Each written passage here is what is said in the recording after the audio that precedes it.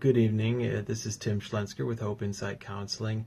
It's been a while since I've been online, and so I was I'm going to be a little bit rusty with this, but I wanted to I guess, immortalize this because I don't want to forget. I think it's a kind of a cool analogy that I ended up using in session with one of my clients, and it is about boundaries in relationship. My client, who has been in a very destructive relationship, has had trouble setting boundaries around herself, around her heart.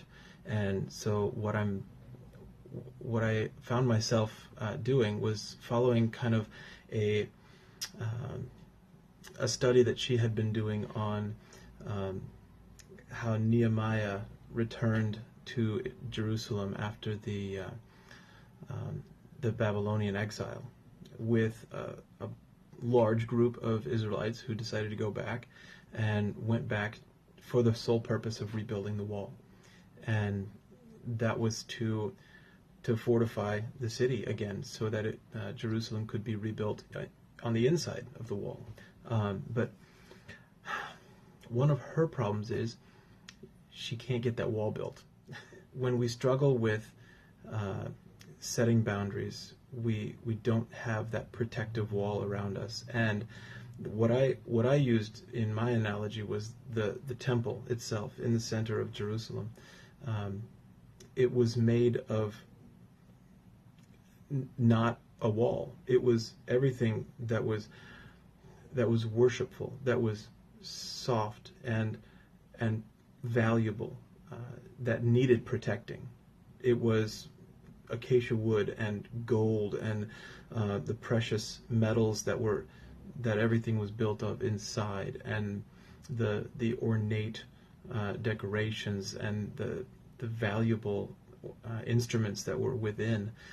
All of that was part of the temple, and the lush curtains and stuff that's not armor. But when the temple was built, it wasn't for the purpose of protecting itself. It was for the purpose of worship.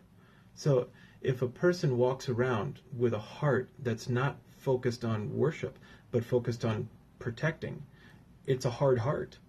It's a heart that's bent on keeping everybody out and not pouring love out. That's what a heart is for, is loving. So if you have no boundaries, your heart has to be hard in order to keep yourself from being plundered. And so what I ended up telling my client is that this wall, the outside of Jerusalem, was this 10-foot thick, or however thick that wall was, and however high, to keep the enemy out, away from that vulnerable center, the temple, that folks would come to and flock to, even from miles away, from cities away, to worship, to focus on love, on loving their God, on presenting themselves and their sacrifices as holy.